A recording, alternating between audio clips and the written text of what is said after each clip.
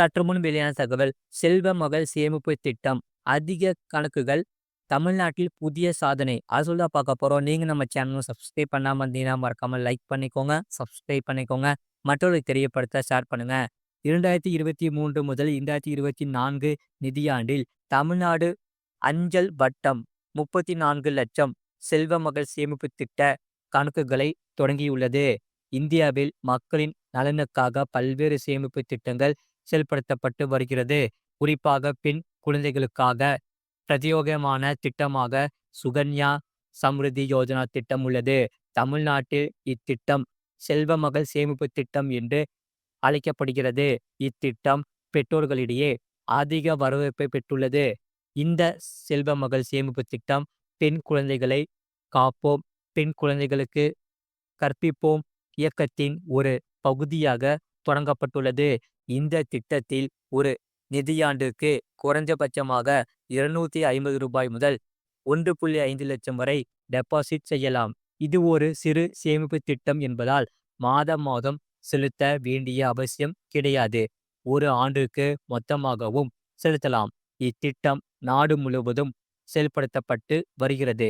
இந்நிலையில் 2023 முதல் 2024 நிதியாண்டில் தமிழ்நாடு அஞ்சல் வட்டம் 33.89 லட்சம் செல்வமகள் சேமிப்பு திட்ட கணக்குகள் உட்பட 3.14 கோடி கணக்குகளுடன் நாட்டில் முன்னிலைமையில் இருந்தது.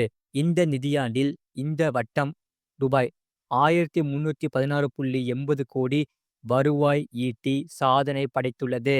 அதோடு அனைத்து அஞ்சல் வட்டங்களிடையே இரண்டாவது இடத்தை பெற்றது. இந்த வருவாயில் 720.39 கோடி நிதி சேவைகள் மூலம் ஈட்டப்பட்டது. ரூபாய் 596.41 கோடி அஞ்சல் துறை செயல்பாடுகள் மூலம் ஈட்டப்பட்டது.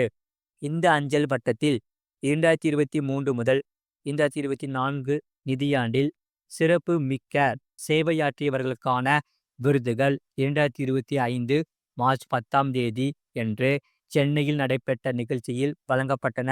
தமிழ்நாட்டு வட்ட முதன்மை தலைமை போஸ்ட் மாஸ்டர் திருமதி மரியம்மா தாமஸ் தலைமை விருந்தினராக கலந்து கொண்டு விருதுகளை வழங்கினார்.